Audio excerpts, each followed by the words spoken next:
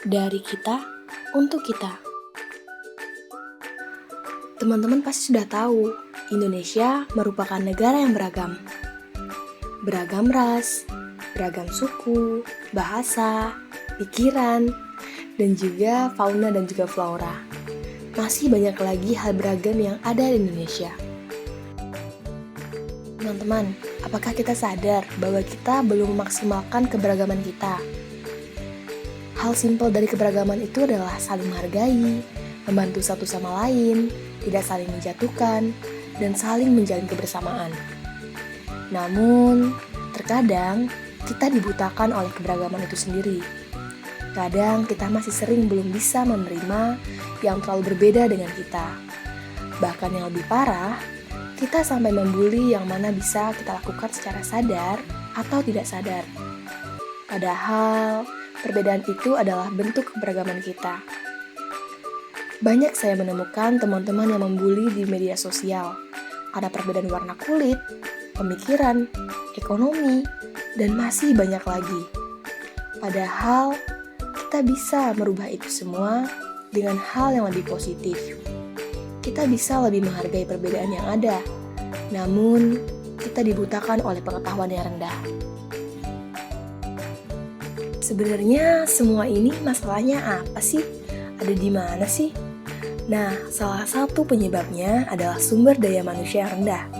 Karena minus pengetahuan, minus toleransi, dan masih banyak minus lainnya, kita sering digiring opininya agar terpecah belah.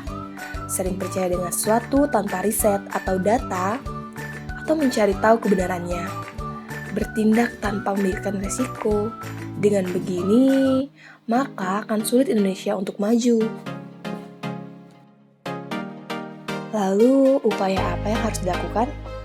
Untuk pemerintah sendiri, bisa menyediakan sekolah gratis, namun berkualitas. Dengan bekal ilmu pengetahuan yang memadai, maka akan sedikit sumber daya manusia yang rendah. Yang ada di Indonesia tentunya, hukum yang tegas, karena banyak sekali anak di bawah umur yang sudah melakukan tindakan kejahatan yang bahkan tidak layak untuk seumurannya.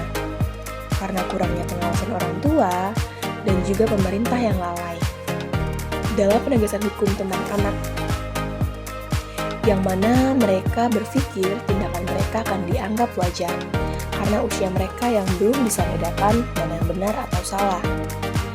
Harusnya ada hukum yang pertegas tindakan-tindakan tersebut, dan juga hukum tidak boleh dibeli.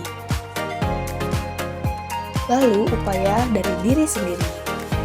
Sekarang siapa sih yang tidak punya handphone? Mungkin hanya 1, 2, atau 5 orang.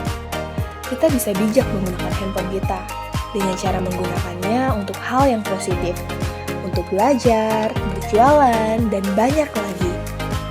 Tidak hanya semata untuk hiburan, dan sampai membuli orang yang bahkan tidak pernah kita temui di luar sana. Kita harus sadar bahwa kita sebagai generasi muda yang ingin negaranya maju harus lebih pintar dalam membawa diri. Yang saya inginkan untuk Indonesia Emas di tahun 2045. Yang pertama, pendidikan yang berkualitas. Karena dengan adanya pendidikan yang berkualitas, maka saya harap juga dan saya yakin Indonesia akan lebih maju dan juga sumber daya manusianya akan lebih unggul. Karena seperti yang kita tahu, bahwa pendidikan yang ada di Indonesia masih sangat kurang. Yang kedua, infrastruktur yang merata di seluruh daerah. Karena di daerah saya sendiri, tepatnya di Lampung, saya merasa bahwa infrastruktur tidak merata. Oleh karena itu, sangat sulit menurut saya bagi Indonesia untuk maju dan menjadi Indonesia emas di tahun yang akan mendatang. Lalu peraturan atau hukum yang dipertegas.